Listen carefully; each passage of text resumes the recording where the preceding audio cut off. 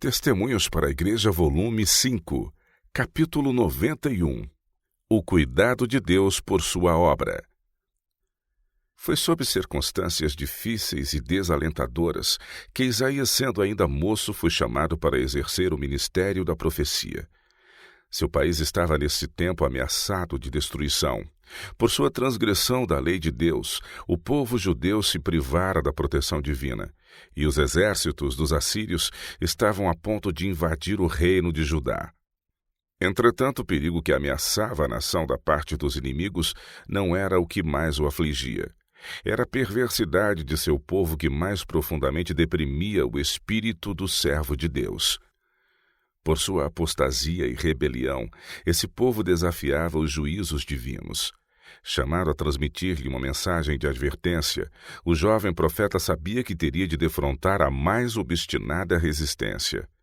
Tremeu por isso quando pôs os olhos em si mesmo e pensou na pertinácia e incredulidade do povo a favor do qual lhe cumpria trabalhar. Sua tarefa pareceu-lhe não oferecer nenhuma probabilidade de êxito. Deveria, em seu desespero, subtrair-se à sua missão e abandonar Israel à idolatria? Deveriam os deuses de Nínive dominar a terra em desafio ao Deus do céu? Esses pensamentos o agitaram quando Isaías se achava no pórtico do templo.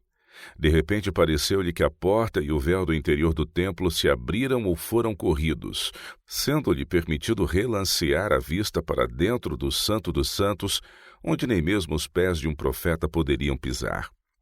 Perpassou-lhe então diante dos olhos uma visão em que Jeová apareceu sentado num alto e sublime trono, enchendo o seu séquito o recinto do templo. De cada lado do trono se vinham os serafins que com 2 asas voavam, com outras 2 cobriam o rosto em adoração e com 2 os pés. Em adoração solene exclamavam esses anjos: Santo, Santo, Santo é o Senhor dos exércitos. Toda a terra está cheia de sua glória. Isaías 6, verso 3, até que os umbrais, as colunas e o portal de cedro pareciam tremer ao som e toda a casa se encheu de seu louvor. Nunca dantes compreendera Isaías tão plenamente a grandeza de Jeová ou sua perfeita santidade, e em sua fragilidade e imperfeição pareceu-lhe que teria de perecer ante a divina presença. Ai de mim, exclamou, que vou perecendo porque eu sou um homem de lábios impuros, e habito no meio de um povo de impuros lábios, e os meus olhos viram o Rei, o Senhor dos exércitos. Isaías capítulo 6, verso 5. Desceu então a ele um dos serafins, a fim de prepará-lo para sua grande missão. Com uma brasa viva tirada do altar, tocou-lhe nos lábios e disse: Eis que isto tocou os teus lábios, e a tua iniquidade foi tirada e purificado o teu pecado. Quando, pois, se fez ouvir a voz de Deus perguntando: A quem enviarei e quem há de ir por nós? Isaías respondeu em tom repassado de santa confiança: Eis-me aqui, envia-me a mim. Isaías capítulo 6, versos 7 e 8. Que aconteceria se os poderes terrestres se arregimentassem contra Judá? Que sucederia se Isaías enfrentasse oposição e resistência em sua missão? Contemplara o Rei, o Senhor dos exércitos, ouvira o canto dos serafins. Toda a terra está cheia da sua glória, e o profeta foi confortado para a obra que tinha à frente. A lembrança desta sua visão o acompanhou através de toda a sua longa e árdua missão. Ezequiel, o melancólico profeta do exílio na terra dos caldeus, foi agraciado com uma visão que lhe ensinou a mesma lição de fé no Todo-Poderoso de Israel. Estando à margem do rio Quebar, eis que um vento tempestuoso vinha do norte, uma grande nuvem como um fogo a revolver-se, e um resplendor ao redor dela, e no meio uma coisa como da cor de âmbar. Ezequiel 1, verso 4. Várias rodas de estranha aparência, girando umas dentro das outras, pareciam movidas por criaturas viventes. E acima de tudo isto, havia uma semelhança de trono como de uma safira, e sobre a semelhança do trono havia como que a semelhança de um homem, no alto sobre ele, Ezequiel capítulo 1, verso 26. E quanto à semelhança dos animais, o seu parecer era como brasas de fogo ardentes, como uma aparência de tochas. O fogo corria por entre os animais, e o fogo resplandecia, e do fogo saíam relâmpagos. Ezequiel 1, verso 13. E tinham mãos de homem debaixo das suas asas. Ezequiel 1, verso 8. O complexo de rodas visto por Ezequiel era uma combinação tão complicada que à primeira vista lhe pareceu uma verdadeira confusão.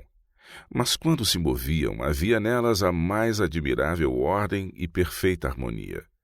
Essas rodas eram impelidas por criaturas celestiais, e acima de todo aquele conjunto estava assentado sobre um trono de safira o Deus eterno, cujo trono era circundado por um arco-íris, o símbolo da graça e do amor. Dominado pela glória terrível dessa cena, Ezequiel caiu sobre o rosto quando uma voz lhe ordenou que se erguesse e ouvisse a palavra do Senhor. Foi-lhe dada então uma mensagem de advertência ao povo de Israel. Essa visão foi dada a Ezequiel num tempo em que seu espírito se achava abatido por tristes pressentimentos. Via desolar a terra de seus pais. A cidade antes tão populosa estava despovoada. A voz de alegria e o cântico de louvor ali não eram mais ouvidos. O profeta mesmo era peregrino em terra estranha, onde imperavam supremas a desmedida ambição e a selvagem crueldade. As injustiças e tiranias que era obrigado a presenciar contristavam-lhe a alma e de dia e de noite se queixava amargamente. Mas os símbolos gloriosos que lhe foram apresentados junto ao rio Quebar revelaram-lhe um poder muito superior ao dos dominadores terrestres. Acima do orgulho e crueldade dos reis da Assíria e Babilônia estava entronizado um Deus de misericórdia e verdade. Aquele complexo de rodas que ao profeta parecera tão confuso era governado por mão onipotente. O Espírito de Deus, que lhe fora mostrado movendo e dirigindo aquelas rodas, convertia aquela confusão em harmonia. Do mesmo modo, o mundo inteiro se acha sob o seu domínio. Milhares de seres celestiais estavam prontos para, sob a sua palavra, dominar o poder e os planos dos homens maus e fazer tudo redundar em benefício dos fiéis servos de Deus. Da mesma maneira, quando Deus estava a ponto de revelar a João, o discípulo amado, a história futura de sua igreja, deu-lhe a segurança do interesse e cuidado do Salvador pelo seu povo, mostrando-lhe em visão um semelhante ao Filho do Homem, Apocalipse 14, verso 14, andando por entre os castiçais que simbolizam as 7 igrejas.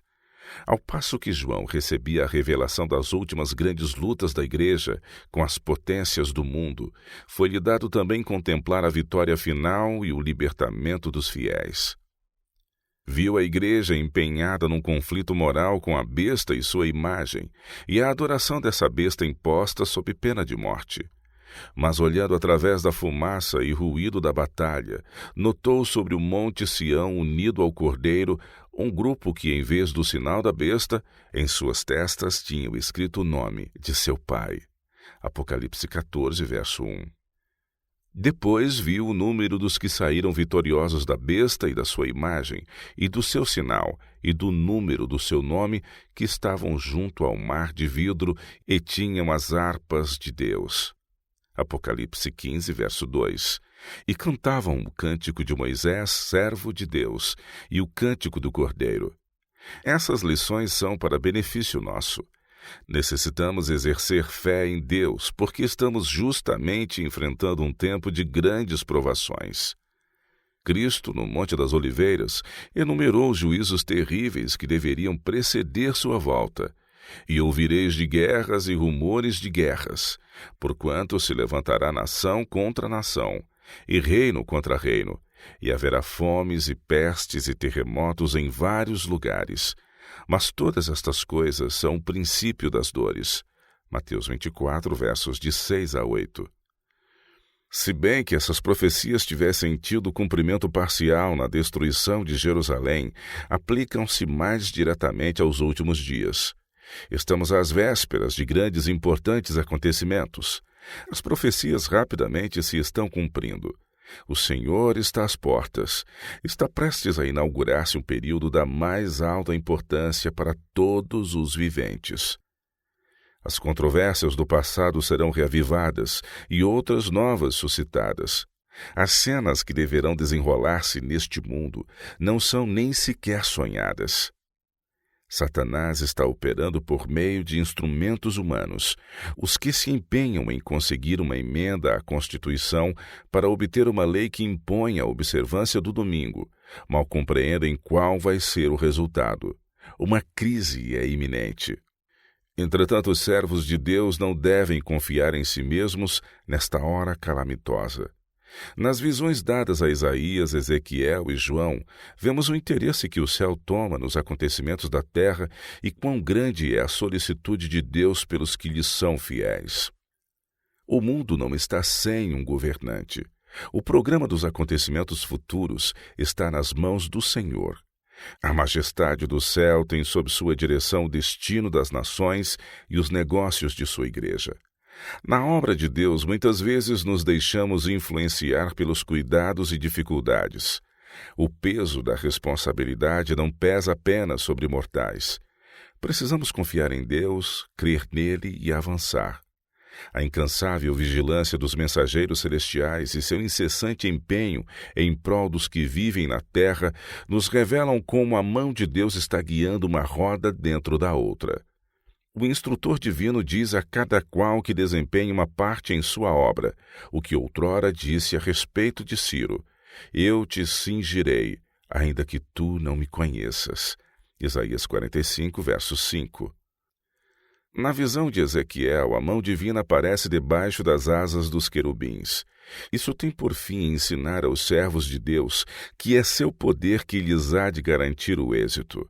Operará por meio deles se renunciarem à iniquidade, purificando o coração e a vida.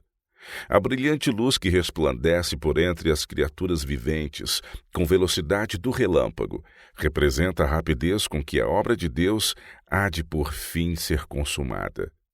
Aquele que não tosqueneja e está operando continuamente a fim de realizar seus desígnios, há de levar avante sua grande obra de modo harmonioso. Aquilo que a homens finitos parece confuso e complicado, a mão do Senhor pode manter em perfeita ordem. Tem meios e modos de frustrar as intenções de homens ímpios e pode destruir o conselho dos que maquinam mal contra seu povo.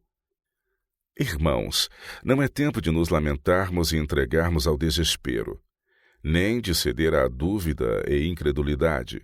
Cristo não é para nós um Salvador que jaz no sepulcro de José, vedado por uma grande pedra selada com o selo romano. Temos um Salvador ressuscitado. É o Rei, o Senhor dos Exércitos, que está sentado entre querubins e que, no meio da peleja e do tumulto das nações, continua a guardar seu povo. Aquele que domina nos céus é nosso Salvador. Avalia cada provação, vigia a fornalha ardente destinada a provar cada alma. Quando as fortalezas dos reis ruírem e as flechas da ira de Deus atravessarem o coração de seus inimigos, seu povo estará seguro em suas mãos.